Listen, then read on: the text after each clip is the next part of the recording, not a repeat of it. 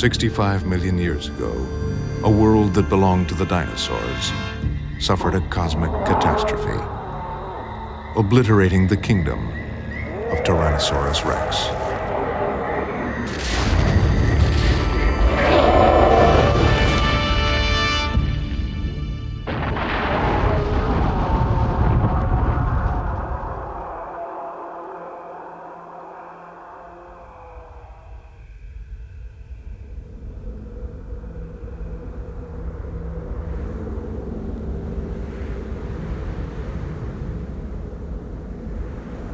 For 65 million years, the bones of the last king of the dinosaurs lay hidden. Then, at the turn of the 20th century, scientists began to coax the first fragments from the badlands of western North America. It stood 18 feet tall, 40 feet from head to tail. Today, the bones of Tyrannosaurus rex allow us to encounter the greatest meat-eating machine of the prehistoric world.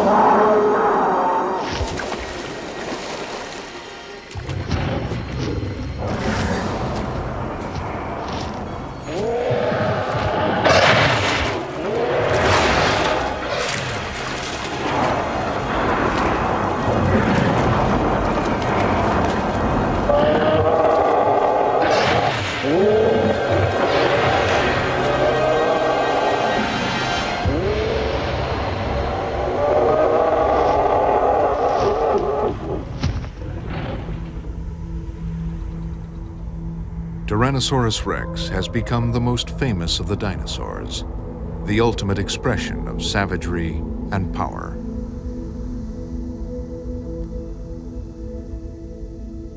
For paleontologists like Phil Curry, who scour the boneyards of the North American Badlands in search of the real T-Rex, a close encounter is a rare and thrilling event. The thing that allows Tyrannosaurus to be preserved in this part of the world is the fact that they were living on a coastal lowland, and there was a tremendous amount of sediment coming in from the mountains that were rising to the west at that time. So there were large rivers running across the coastal lowland, and if the Tyrannosaurus body happened to fall in the water, then it had a very good chance of being buried complete. And fast burial is one of the most critical factors in terms of preserving an animal that large.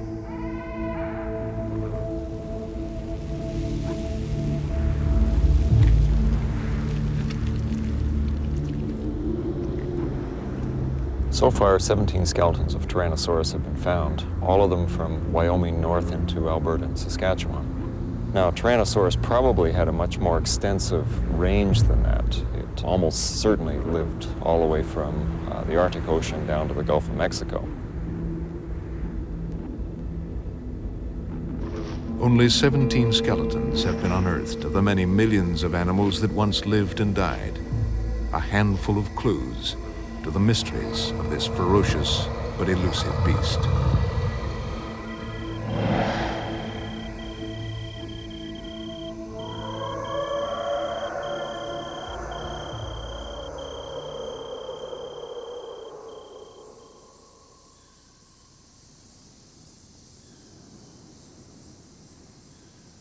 The existence of the king of the dinosaurs was unknown until 1902, when a former Kansas farm boy named Barnum Brown, hunting dinosaurs for the American Museum of Natural History, discovered its remains.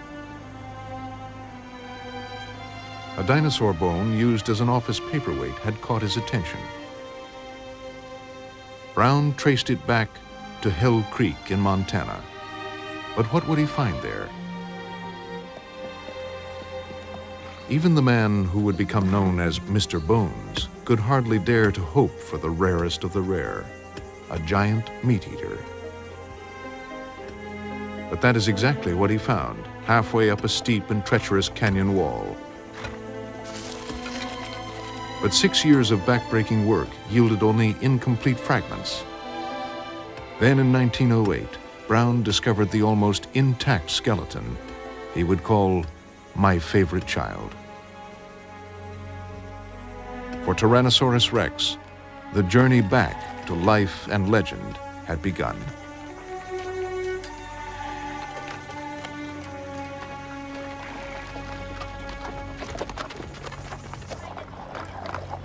Back at the museum in New York, Brown's boss, Henry Fairfield Osborn, was eager to show the world the animal he named Tyrannosaurus Rex. While the bones were being prepared, Osborn and Brown used models to recreate a dynamic vision of the living tyrant lizard king. Long, powerful hind legs carried the body upright, balanced by a long tail. The massive head was armed with 13 dagger-like saw-bladed teeth in each jaw. The Tyrannosaurus was capable of destroying any of the contemporary creatures, and was easily the king of the period and monarch of its race. But nearly 2 tons of bones could not be mounted to match Osborn and Brown's vision of an agile, almost bird-like beast.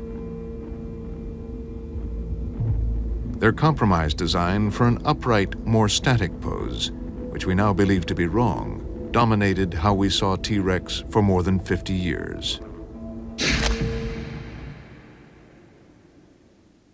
The unveiling of T-Rex in 1915 created a popular sensation.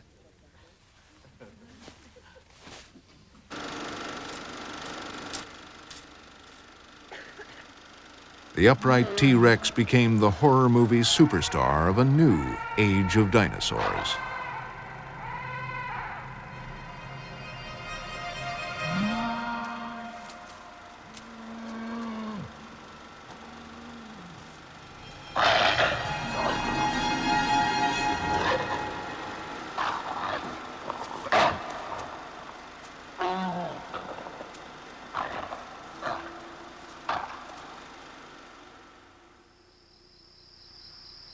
"80 years later in Montana, the painstaking search begun by Barnum Brown for the real T-Rex continues.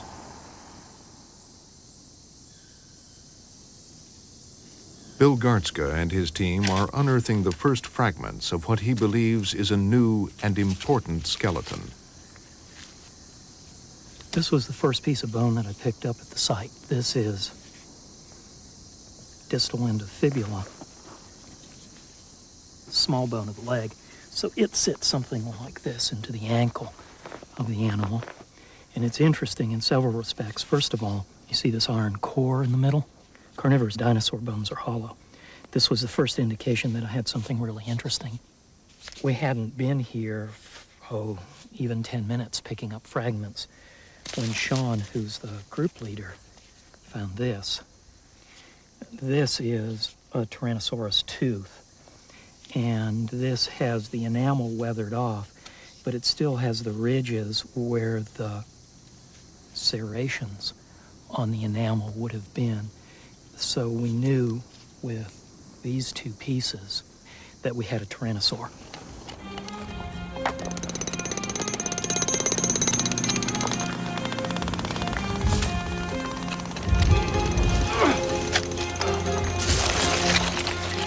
Even with modern power tools, dinosaur hunting in 100-degree temperatures is backbreaking work, yet so delicate that removing an entire skeleton can take years.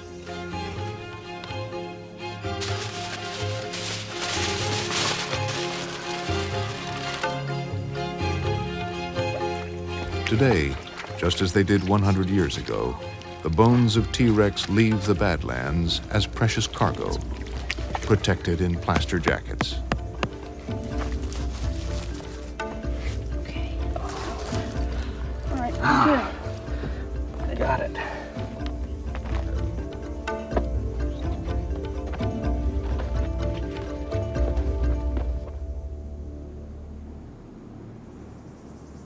But fossilized bones are not the only remains that can shed light on the life of an animal.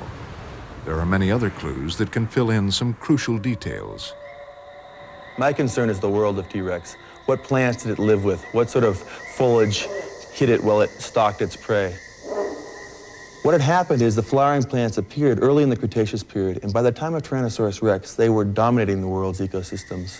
We find in North Dakota that 90% of our fossil leaves, and we now have over 30,000 fossil leaves collected, over 90% of those fossil leaves are broad-leafed flowering plant leaves. What you see are here broad-leafed relatives of the laurel and cinnamon, relatives, two-lobed relatives of magnolia, relatives of the modern sycamore, relatives of the modern elm. There's still a few conifers around in the time of Tyrannosaurus rex, the bald cypress and its relatives. So the look of the place was similar to, say, perhaps Florida or southern Georgia, where you have relatively small trees, maybe 30, 40, 50 feet tall, trunks no more than maybe a foot in diameter.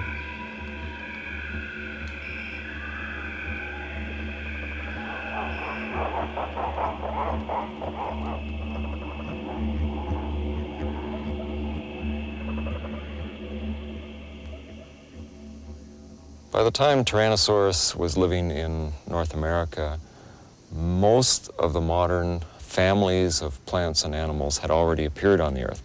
Consequently, the world that Tyrannosaurus lived in may not have been as foreign as we think it is. In fact, we can almost go to parts of the world today and see representatives of those animals and plants still alive today. And you would have crocodiles and turtles and lizards and snakes and all these things. They would have been very familiar to us today. The difference would have been that the large animals, which today are large mammals, at that time would have been dinosaurs.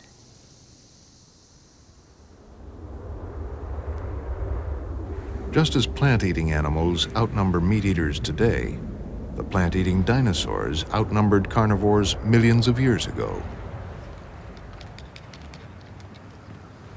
Phil Curry is leading a team of scientists excavating a herd of duck-billed plant-eaters called edmontosaurs. Dinosaurs like these probably were favorite dinners for T-Rex. Well, we've got about, I'd say, 65 or so tyrannosaur teeth, a few small theropods, lots of tooth-marked bone as well. Mm-hmm. Do you think there's enough Edmontosaurus material in here to indicate that this was a herd of Edmontosaurs? Well, we've got at least 8 individuals, 8 big Edmontosaurs, but we also have evidence of some very small animals based on some of the lower limb bones. So it appears like we've got older adults with smaller individuals, which to me indicates we may have had a herd in this area. Bone beds like this are a pretty good indication that many of the prey species for animals like Tyrannosaurus rex were in fact herding animals. These animals were herding probably because they were moving from region to region as food resources changed over the course of the year. I would suspect that the tyrannosaurs were in fact following these herds, and that the old individuals and that the young individuals that strayed too far from the herds were the most likely prey for the tyrannosaurs, and these are the animals they actively hunted down.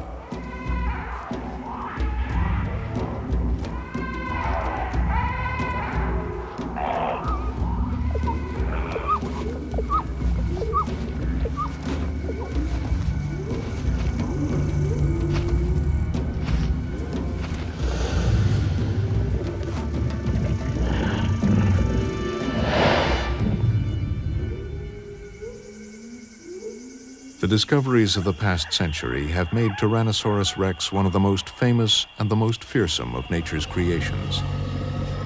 But how did such a ferocious giant come into being? Where does it fit in the history of life on Earth? Today, we know that T-Rex's ancestry can be traced back to a tiny creature whose skull can fit into the palm of your hand. This is Eoraptor, or the dawn stealer. It's the oldest and first predatory dinosaur that we know of in the fossil record. And it has some of the basic adaptations that were to carry predatory dinosaurs through 150 million years of evolution to something like the Tyrannosaurus behind me. The skull shows some of the classic features of the predatory dinosaurs. One of those features involves the lower jaw. At the midpoint of the lower jaw, there's a joint that allowed the lower jaw to flex, like a flexible joint that if something was caught in the jaws, those jaws would clamp around something that might be a live prey item. And this kind of lower jaw is present in Tyrannosaurus. It's present in every other predatory dinosaur that we know of. And Eoraptor is the first to show that adaptation in the fossil record.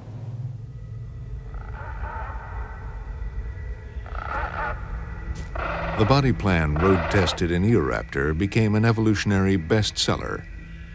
Even today's birds, themselves thought to be modified dinosaurs, owe much of their design to these long-tailed ancestors.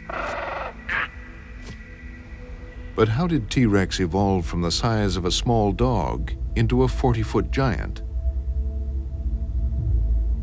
For decades, many scientists thought it had to be descended from other giant predators like this Allosaurus, the last in a line of ever larger, ever toothier dinosaurs. This was the supercarnosaur hypothesis. It may have seemed obvious, but it was wrong.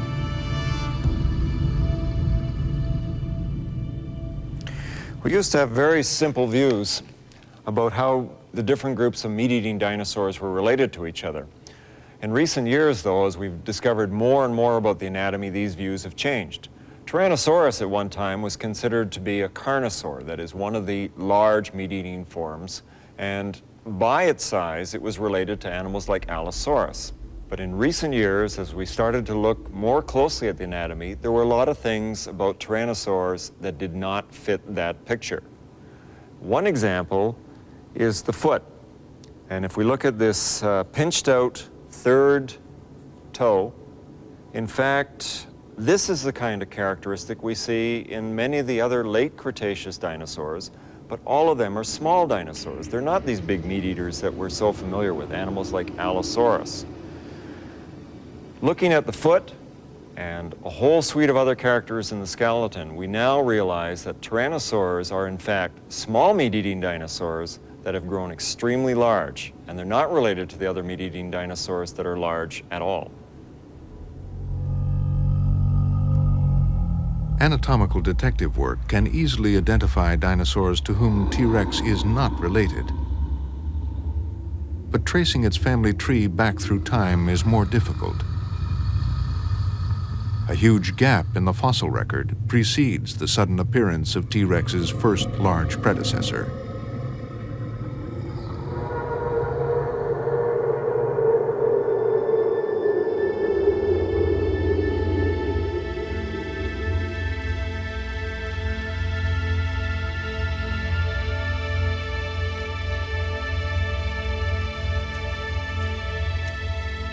But recently, some of the missing clues have been found 4,000 feet up in the mountains of Alberta, Canada, on a prehistoric beach frozen in time, thrust on its side over millions of years.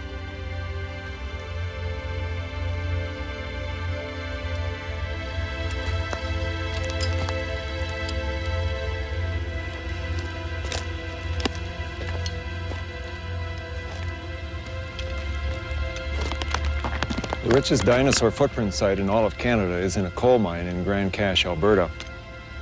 In these 100-million-year-old rocks, we have evidence of armored dinosaurs, meat-eating dinosaurs of different kinds, and large plant-eating dinosaurs. The footprints are all in trackways, and they go across this enormous cliff face, which at one time must have been a mud flat at the edge of the sea. What's important about this site is that because of the age, 100 million years ago, we don't have equivalent bone sites in this part of the world. And so we have to do a little bit of guesswork in terms of identifying the dinosaurs. And I don't think there's any question at all that these are not tyrannosaur tracks. but their long, slender toes suggest to me that these were made by giant coelurosaurs. And we feel these days that giant coelurosaurs may have been the ancestor of Tyrannosaurus rex.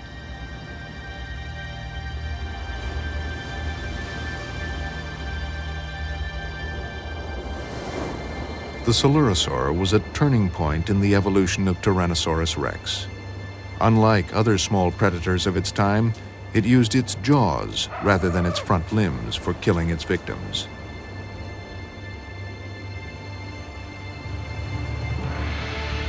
That adaptation would set the stage for the rise of T. rex and its unique appearance. The earliest of the Tyrannosaur family is called Electrosaurus. It is a long, slender animal with relatively long front limbs. By the time Albertosaurus evolved, its head was larger and its front limbs shorter. There were certainly many species of tyrannosaurs. We at present know of more than half a dozen species. The earliest fossil record of Albertosaurus is about 80 million years old. This animal in its external features really isn't all that different from Tyrannosaurus rex, but when you start looking at specific characteristics, there are features which suggest it is more primitive than Tyrannosaurus rex itself. But who was T. rex's closest relative? Opinion is divided between two candidates. One from North America, known as Daspletosaurus, and another from Asia, known as Tarbosaurus. Tarbosaurus is an animal that originally was called Tyrannosaurus as well. It has a number of differences, but when you start looking at other specifics, for example, the orientation of the back of the skull in relation to the neck, Tarbosaurus shows a lot of characters that suggest, to me at least, that it may be more closely related to Tyrannosaurus rex. But a recent find from Montana convinces Jack Horner of T. rex's American ancestry. Daspletosaurus is the animal that I believe, and some others also believe, was actually the predecessor of Tyrannosaurus rex. In other words, its ancestor. Tyrannosaurus rex was the descendant of Daspletosaurus. Tyrannosaurs, they have a big horn over top of their eye, and we see it very dominant in Tyrannosaurus rex. We see it less dominant in this particular animal that is related to Daspletosaurus, and even less so in the more primitive Daspletosaurus. The ancestry puzzle may take a long time to solve, but one trend is clear. As the Tyrannosaur family evolved, they not only grew larger, they changed to cope with their increased size. There are a lot of changes that are necessary if you're going to become a large animal. And this is particularly true when we're talking animals like the meat-eating dinosaurs, because essentially they were teeter-totters. They were animals where the front of the body was balanced by the tail on a fulcrum, which was at the hips. Now in Tyrannosaurus's case, as it got bigger, the head became disproportionately larger, and that's to house all those very large, vicious-looking teeth. Consequently, we see a lot of specializations in Tyrannosaurus that are meant to bring the body weight down in front of the hips. The skull is a long, heavy skull, but many of the bones, in fact, are air-filled. The neck has been recurved, much more so than in earlier meat-eating dinosaurs, simply because by doing that, it could bring the head back closer to the hips and shift the center of gravity further back as well. Finally, and probably most conspicuously, if you look at the front limbs of tyrannosaurs, they've become also extremely short. They were relying on their head to do the killing. The limbs could be shortened up and would give it a great savings in weight on the front end of the body. And it was one more of the adaptations that tyrannosaurs picked up.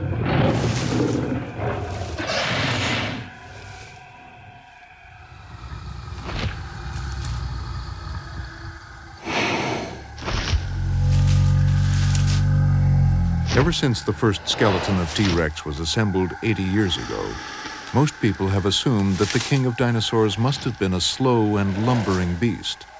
But that view is changing.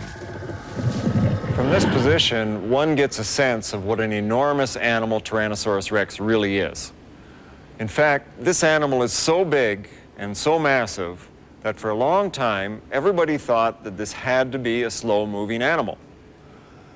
In recent years, though, we've been looking more closely at the anatomy of the hind leg of these dinosaurs, and what we see is not necessarily what we expected to see.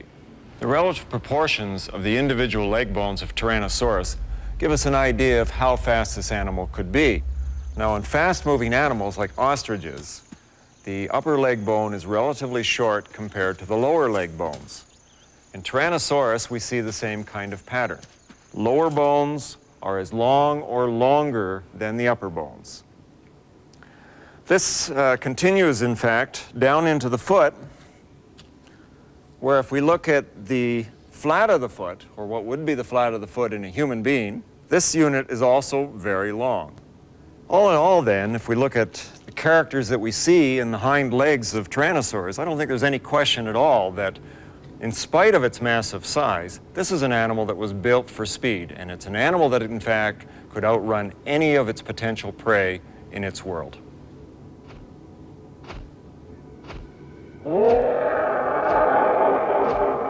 But Jack Horner has studied the same evidence and drawn the opposite conclusion. He is convinced that T-Rex was a walker, not a runner. If we look at the leg bones of a meat-eating dinosaur named Troodon, what we see is a thigh bone and a shin bone that have different lengths. We see that the thigh bone is shorter than the shin bone. And this is true of every single one of the non-tyrannosaurs. We see the same thing in ostriches, we see the same thing in emus and rheas and all these running birds. Animals that run fast have a short thigh bone and a long shin bone. The primitive feature is running. That means in evolution, you have to evolve legs for walking because there were no dinosaurs that were adapted for walking before we get to the tyrannosaurs. If we look at tyrannosaurs, the thigh bone and the shin bone are either the same length or the thigh bone is slightly longer than the shin bone. This is a feature that is good for walking.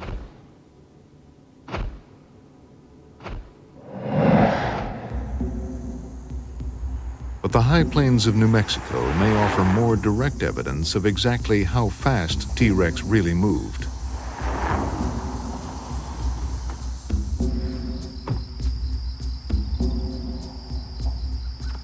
Martin Lockley follows the trail of fossilized footprints across North America. He has seen and cataloged thousands. But one footprint receives special treatment. It's so unique that its location is a tightly guarded secret. We're inside a high security area in the New Mexico backcountry. This fenced enclosure contains this extraordinary and unique fossil footprint. This is the only Tyrannosaurus footprint anywhere in the world. This footprint was probably made not far from some river in the mud, and then it was filled in when the river flooded and washed a sheet of sand over this trampled area. This is the casting that was filled in by sand, now sandstone. This track is on the order of 3 feet long. It's 2 feet wide, and it's almost a foot deep. This was made by an animal that probably weighed in at around 5 tons. It's sitting on a block that's about 9 feet long. There isn't a second footprint in that space, so this means a minimum step of about 9 feet. And if we calculate or estimate the speed of this animal, it was probably moving along at least 11 kilometers, something like 6 or 7 miles per hour, which is a pretty good clip. It would be a jog for a human being. The movements of modern birds can also shed light on how dinosaurs traveled. Jim Farlow studies Australian emus and their similarities to T-Rex. It would be nice to know what Tyrannosaurus was like as a living animal, but it's very inconveniently extinct. And if you want to get a picture of how it moved, what it might have been like when it was alive, it's helpful to look at modern animals that give us an approximation to something like Tyrannosaurus. And of such modern animals, I think the emu is about as good a model as one could hope to find. I suspect it's probably faster than Tyrannosaurus was. An emu in the wild can go, what, 50, maybe 60 kilometers an hour. Tyrannosaurus, obviously, we've no direct way of determining how fast it could go. But based on the calculations of the strength of its bones relative to the size of the animal, I would think that a good ballpark figure for the top speed of Tyrannosaurus might be something on the order of 30, 40 kilometers per hour. If you look at the way this emu walks, the way it puts its feet one in front of the other, it's a striding walker. It doesn't hop like a kangaroo. And if you look at the way it picks up its feet as it goes, I think this is about as close to a Tyrannosaurus as we can find in our modern world. And that's part of the fascination that emus have for me. But emus and other modern birds without tails may not provide a completely accurate model. Other scientists pursue a more distant cousin. The animal I have here, and the reason I think crocodilians are worth spending a lot of time looking at, this is a saltwater crocodile, and it retains many of the features that we think the primitive dinosaur ancestor might have had. We know that birds and crocodilians are dinosaurs' closest living relatives, and so they're the logical place to look for information on how T-Rex works. The muscle that I've spent a lot of time looking at originates from the side of the tail. As you can see, crocodilians have a long, heavy muscular tail. And along here where my fingers are is a large muscle that runs forward to attach onto the thigh bone, the femur. What we see in modern birds is that the tail itself has been reduced dramatically. Most of what we see in a bird tail is actually just feathers rather than muscle and bone. X-ray films prove that the presence or absence of a tail is a vital factor in the movement of an animal, be it bird, crocodilian, or dinosaur. What we're seeing in the X-ray films is that crocodilians and birds have very distinctive ways of moving their legs. The question was, which of those patterns can we apply back to a dinosaur like Tyrannosaurus? Birds use a lot of knee movement. The hip is very, very stable, whereas in crocodilians they're using lots of hip movement, and that seems to be driven by this muscle running from the tail to the thigh bone. Fortunately for this muscle, there's a very distinct scar, a bony attachment on the thigh bone that we can see in fossils like in T-Rex, suggesting that that muscle existed and probably was working in a similar way in these forms. What I'm suggesting is that in Tyrannosaurus we have a unique combination of features. A tail that's more similar to what we see in crocodilians, and yet a bird-like lower limb. So a bird knee, a bird ankle, and a bird foot with a kind of crocodilian hips. And so in Tyrannosaurus rex, I'm predicting then we would have a unique combination of features, working in a way unlike any other living animal today.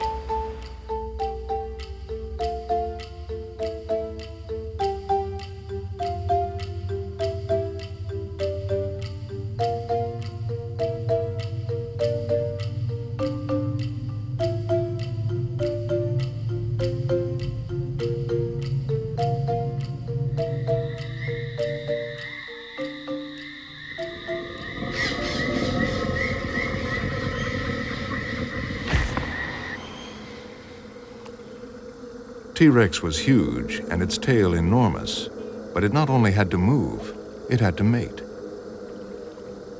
Again, modern crocodiles may offer us a glimpse of the mechanics of T-Rex sex.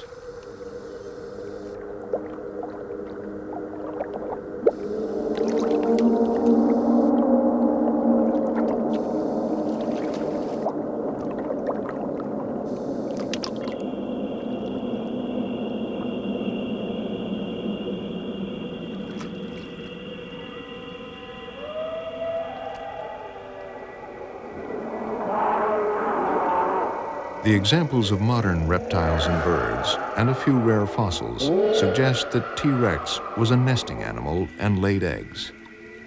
I have in front of me some dinosaur eggs from China, and these are very elongated, kind of the shape that we would expect for Tyrannosaurus rex.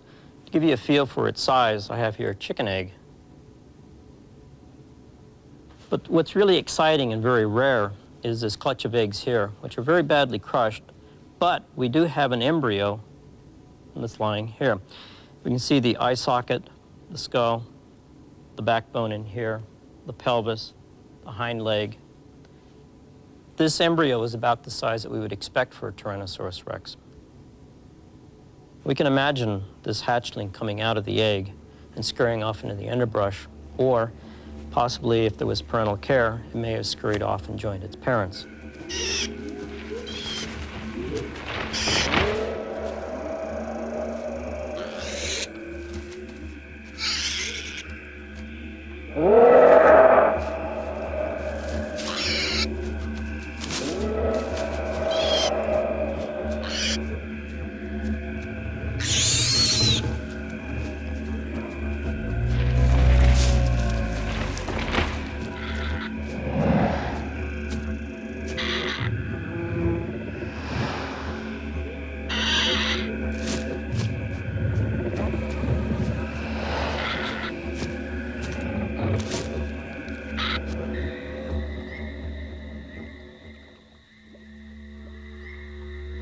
"65 million years ago, the Earth was ruled by the dinosaurs, and the dinosaurs were ruled by Tyrannosaurus rex, a hunter fast enough, big enough, powerful enough to catch and consume any prey.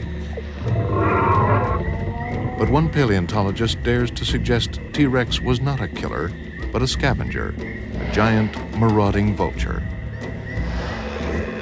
There's a controversy right now, of which I seem to be one side of, and almost everyone else in paleontology seems to be at the other side of. And this has to do with Tyrannosaurus rex being a predator or a scavenger. A predator, we have to remember, is actually a hunter, and a scavenger is the kind of animal that only eats dead things. We look down upon scavenging.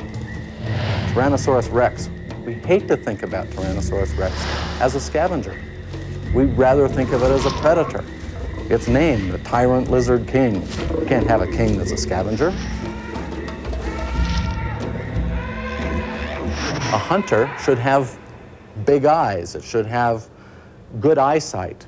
And if we look at the brain case, or if we look at a T-Rex, the biggest lobe of the brain, the actual big openings in the brain, are for the sense of smell. And because we can actually carve out the area where the brain was, we can CAT scan it, we can do all sorts of things to it, we actually can make a model of what the brain would look like. We see the optic lobe is right here, it's very small, and the olfactory lobe is this huge thing at the front end of the brain. This is huge. This means that Tyrannosaurus had a very, very, very good sense of smell and not very good eyesight. This is contradictory to a hunter. This is what scavengers have.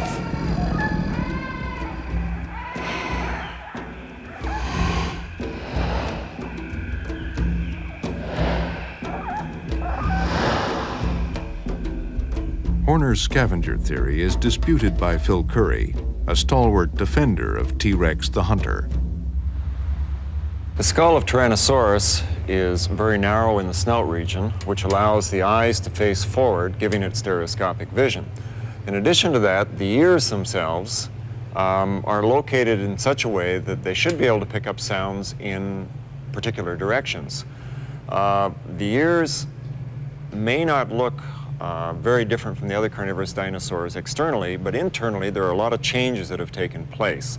This gives Tyrannosaurus rex a greater range of hearing capabilities. That is, the frequencies that it could hear were lower than what most other dinosaurs could. Since Tyrannosaurus was probably hunting other dinosaurs, which were animals that probably made low sounds, the changes in the ear would allow it to hear those animals better and to hunt them down.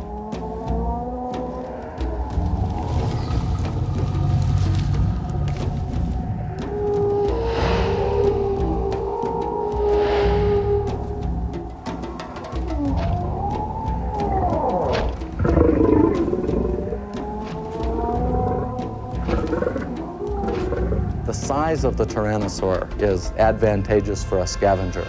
The bigger you are, the better chance you have of chasing away another animal that may have made a kill. Even the short little arms, T-Rex doesn't have anything for grabbing, and we're bipedal. We know that if we're going to go out and catch a chicken, we don't want to have our hands tied behind us. All of the features that we see all suggest that Tyrannosaurus and the tyrannosaurs in general were scavengers.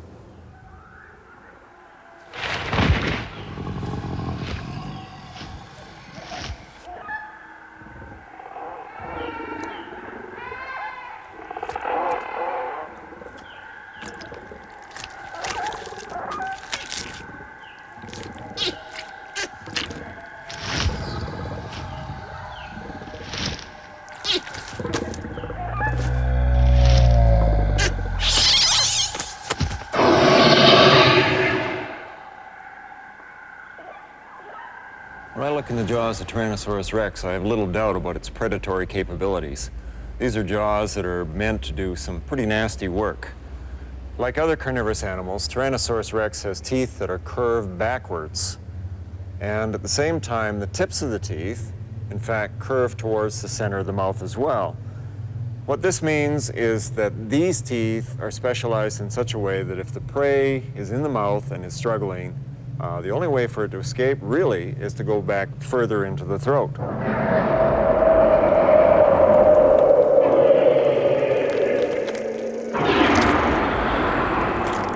Because tyrannosaur teeth are so tall, they have to have a very deep root, and this gives them the strength so that the tooth is unlikely to break and also has the strength to puncture right through bone.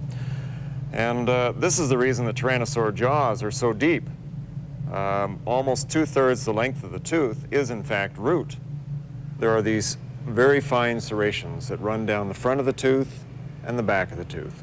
These serrations function as little hooks, and as the tooth is driven through the meat, the hooks hook the fibers of meat and take it between the serrations. And between the serrations you have razor sharp edges that cut those fibers.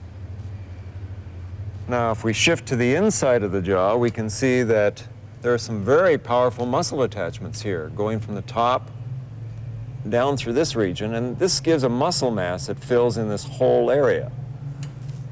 These muscles allow the animal to close its jaws on very large animals and deliver a powerful bite very rapidly, and it would have no trouble at all cutting an animal such as myself in half in one single bite.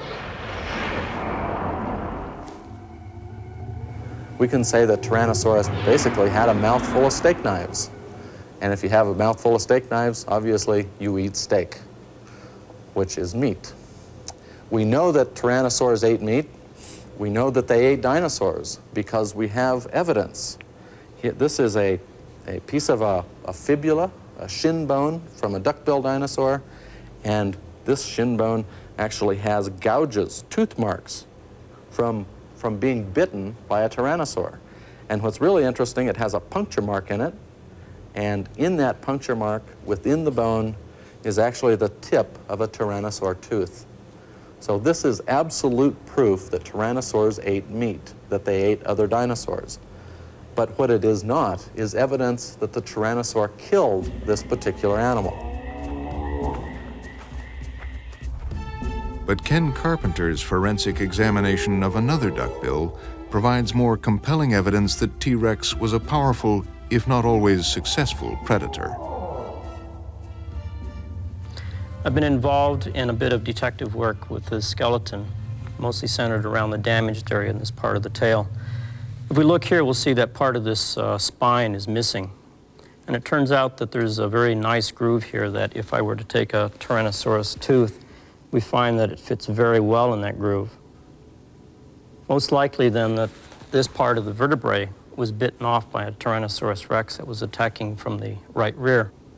Now, interestingly, we have regrowth of bone around this spine as well as around some of the tooth puncture marks on these adjacent ones, indicating that this animal survived the attack. And the only animal that was big enough living at this time with jaws powerful enough to have sheared through this bone would have been a Tyrannosaurus rex. And I think it shows conclusively that Tyrannosaurus rex was a predator and not a scavenger as some have thought.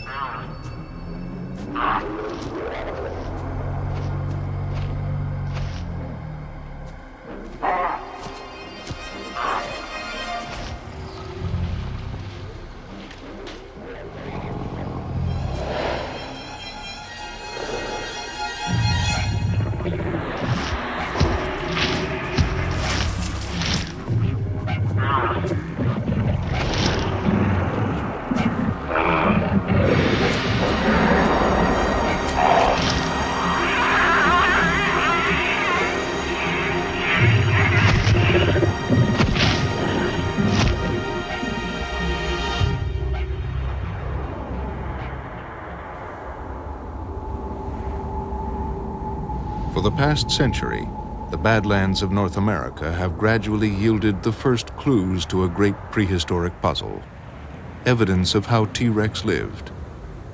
Many scientists are now convinced they have also uncovered the reason it died. A narrow band of sediment marks the end of the age of dinosaurs and the beginning of the rise of mammals, the boundary between two geological epochs.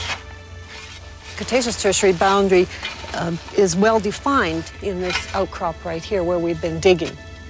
Well, the X-ray boundary is known from a very narrow band of clay that was laid down 65 million years ago. We can recognize it on a global scale, and it tells us that something very specific happened at that time, geological time. There was a rare mineral called iridium found in the clay. It was carried here by an asteroid that smashed into the planet.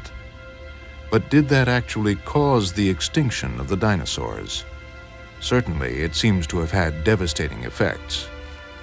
The fossil plants below the boundary tell us that there were lush forests existing in this region and throughout the prairie regions that we know as we know them today before the boundary.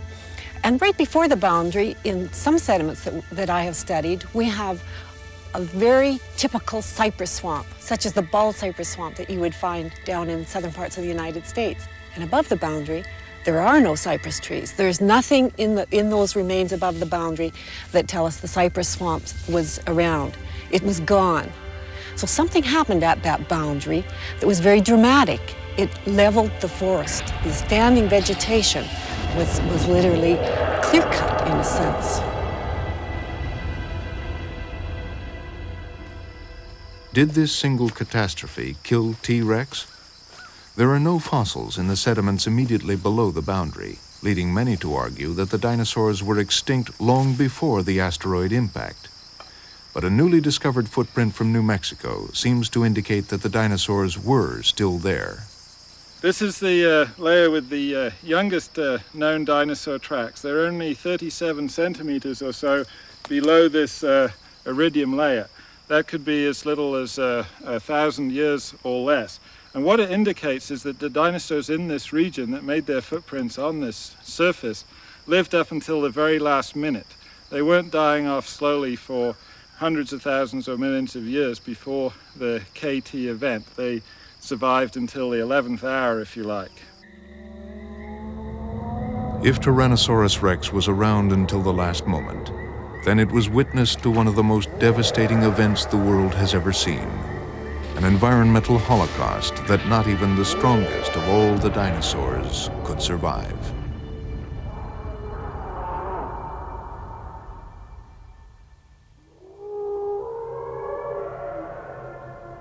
The Badlands have surrendered a few of their secrets, but many questions remain.